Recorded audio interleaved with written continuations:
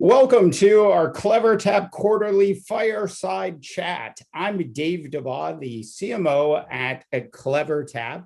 And today joining me, I am just super excited to have this brand on today's fireside chat. I've got Shobhit Singai, the Associate Director of Product of Disney Plus Hotstar. I have to say, Shobhit, one of my all-time favorite brands, especially when I was traveling internationally. Hotstar saved me on many nights, I have to say. Shobhit, how are you doing today? I'm great, Dave. Thanks for having me for the chat. For everyone, my name is Shobhit Singai, and I've been a part of the product team at Disney Plus Hotstar for 3 years now. It's great. We've been, as you all know, during the pandemic, there's been increased consumption. We've seen increasing and shifts in user behavior, which we've been able to capitalize on, which we've been able to cater to, more importantly.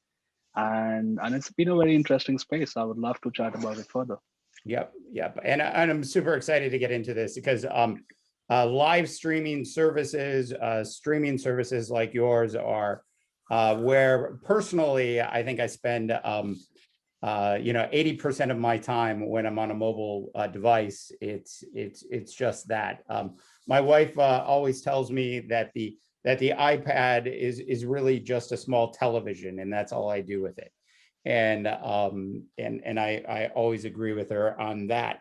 As we sort of dive into this, let's get into a little bit of your background and what you do at Disney Plus. Yeah, absolutely. As I was mentioning earlier, I'm a part of the product team, and I started out here with personalization. That was the core of the mandate I was handed, I was working on. And very slowly it kind of grew into personalization. All right, what's happening on the data platform? So let's look at data products, all the analytics, and then everything to do with user engagement, everything to do with our growth strategy, the marketing technology, our CRM strategy, right? So a lot of those components in terms of understanding users better, communicating with users better, figuring out what they might like, what they'll want to do on our platform, and building experiences that go beyond just video, right? I think that's the broad charter really that I'm working on here at Disney Plus Hotstar. And it's been super interesting. I mean, Hotstar for me, it's my first job. Prior to Hotstar, it's been 9 years of startups. And I think what I was able to bring to the table here was just the level of ownership that I demonstrated in my own startups, which I could do here. And what Disney Plus Hotstar gave me was this massive canvas to paint on, because as you might be aware, we've got hundreds of millions of users who are active every month, especially during live streaming, which you were mentioning earlier, Dave. In 2019, I mean, Disney Plus Hotstar had broke the record for the highest simultaneous viewers for a live sporting event, and that was 25.3 million on India and New Zealand on the cricket tournament that we had. So that's been it's been a pretty exciting journey out here, and that's me and my career graph. Of course, these days, Dave, I know we've discussed it in the past. I've been based out of Goa for the last 6 months, which is it's usually considered to be a holiday destination, but for me, it's become home now, and that's allowed me to experience life in many ways, even outside of work. So it's been good overall, and yeah. Yeah, I mean, every time I talk to you, I get super jealous. I'm in my beautiful home office, which requires all sorts of lighting to make it lit, and you are outside where I always expect somebody to walk up with a refreshment or beverage and hand you one. Yeah, It looks I just absolutely have beautiful. green tea for our chat. So Green tea, perfect.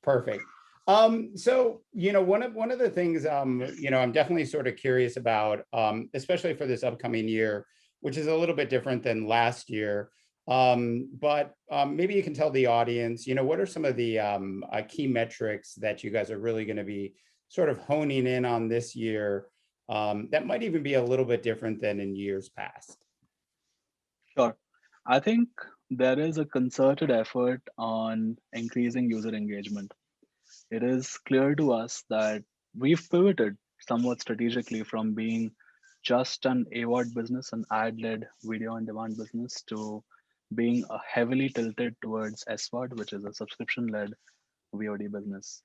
It derives from our parent company's ambitions, Disney's ambitions to grow its subscriber base globally, of which Disney plus Hotstar is a key component, right? It's more than 25% of the global tally. So we've tilted very heavily towards S word. And what that really means is that once users pay us money and they trust us with their wallet, we need to deliver on that trust. And the way we deliver on that trust is by giving them as many avenues to entertain themselves as possible. So maximizing engagement as much as possible is clearly one singular focus that we will have for the entirety of this year. And the reason we believe we can be successful at it is because we cater to a very broad diversity of tastes. And what that means is by personalization, by building experiences over and above what we have on video, by exploring the social nature of content consumption, we can truly deliver on that promise given the content catalog and the diversity that we have. Yeah. I think one of the and I'm not sure where you guys are at with this yet, but one of the big trends in North America we're finally starting to see, and I've been screaming about this, I think, to my friends for 4 years, and they were so tired of hearing about it. But I kept saying to them, I want to be able to watch a live Minnesota Vikings National Football League game with my buddies from around the country. And we didn't come up with the term watch party, back in the day when we were sort of talking about this, and we tried all sorts of archaic things to try to make that work. Are you guys moving into sort of the watch party concept? Would love to get your thoughts, if not, or just your thoughts and just on Sure. the industry as a whole on that one. So there's two problem statements, right? One is we do believe that entertainment consumption or some facets of it are a social experience, right? Ideas like watch party, and there's many more ideas in the similar space, they try to explore that realm of possibilities. So to your question, do we care about the parent problem statement? Absolutely. We do believe entertainment consumption is inherently social in nature, and we will try to facilitate that for users on our platform as well. Specifically to watch party, yeah, I mean, watch party is something that's live on cricket on Disney Plus Hotstar. Even today, we started it out in September of 2020. We got some good early traction, and I believe it's one of those features that we need to iterate and we need to take it to greatness. So, and that's something that the user experiences team at Disney Plus Hotstar is committed to doing. But we're very much convinced that this is the direction that we will take. Yeah. I know our CRO at our company would have preferred I used a Premier League soccer team for my example, as opposed to my love of my Minnesota Vikings. So special shout out to Manchester City, which would be my favorite Premier League football team. What other, when you sort of think about this industry as a whole, what other sort of trends do you see sort of popping up in the next, year or two that you think are going to be sort of interesting? I think I think a lot of companies have already started looking at it this way, but it really comes down to the kinds of surfaces that we're available on, right? And when we present Disney Plus Hotstar to users on a mobile, it potentially means different things than when Disney Plus Hotstar is available on their television, right?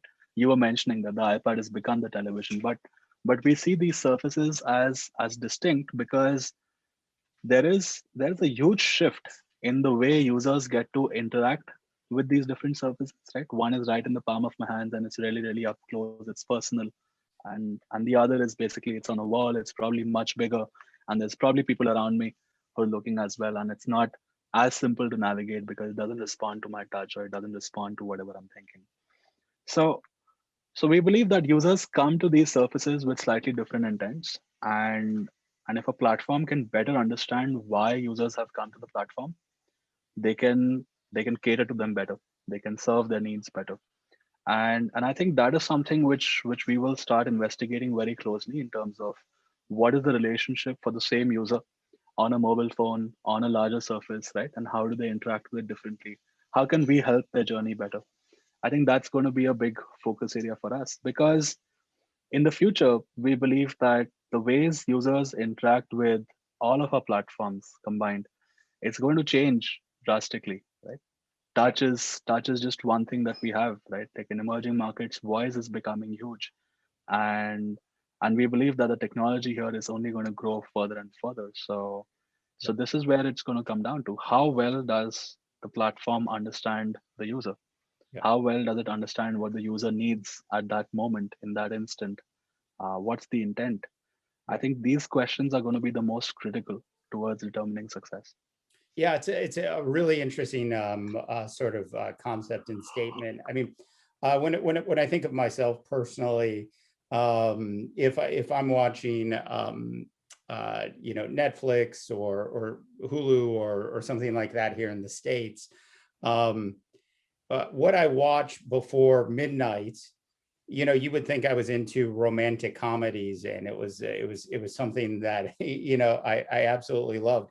And that's when I'm up with my wife and we're watching TV. But after midnight, all the old action movies come out, and all of the shoot 'em up Marvel movies. And so my preferences change based on time of day. And I think it will be really interesting to see if streaming services really do catch on to that sort of thing in the future. Yeah. To be honest, it's already happening with music, right? If you look at Spotify, if you look at YouTube Music, they're already capturing the time of day intent. So they've got Yeah, morning playlists, afternoon playlists, and evening playlists, and it's a huge component in how I think it's all connected, like the yeah, way users think about entertainment and what they do, because people tend to create a routine for themselves. yeah, Um, it's the parent question is simply, how do we make it as easy as possible for users to fulfill their intent? yeah, Right now, whether it's recognizing time of day or whether it's making it easy for them to find the categories that they might be interested in, all of those are solving the same problem. yeah. I was going to say too, speaking of time of day intent, if I do log on to my Puma app after midnight, the odds go way up that I'm going to buy something, and it's going to be an impulse purchase at that point. So I think time of day intent, sort of across the board, almost regardless of the industry that you're in. Okay. So Shobhit, this has been absolutely great. They only give me like 10 to 15 minutes on these fireside chats. You might be wondering why I'm wearing the CMO hat today, which I don't think you've ever seen me wear. There's a new podcast we have coming out next month called the Backwards All Hat right, CMO, hence the hat on backwards. that's But really cool. Look forward to it. yeah, no, it's going to be super exciting. But what kind of last things would you like to leave the audience with in terms of sort of where you see things going, and maybe without any secret sauce, some cool stuff that you might have happening at Disney Plus Hotstar? Yeah, sure. I think if there's one thing that we're trying to do, and I have mentioned many one things that we're trying to do in the last 15 minutes, Yeah, but if this the last one thing that we're trying to do, we're trying to deepen the strength of our relationships, right? We're trying to deepen our relationships with our customers, with our users, with people who are prospecting our application. Um, to that end, what we're thinking about is, how do we keep users engaged for longer and longer? How do we get them to spend more time with us?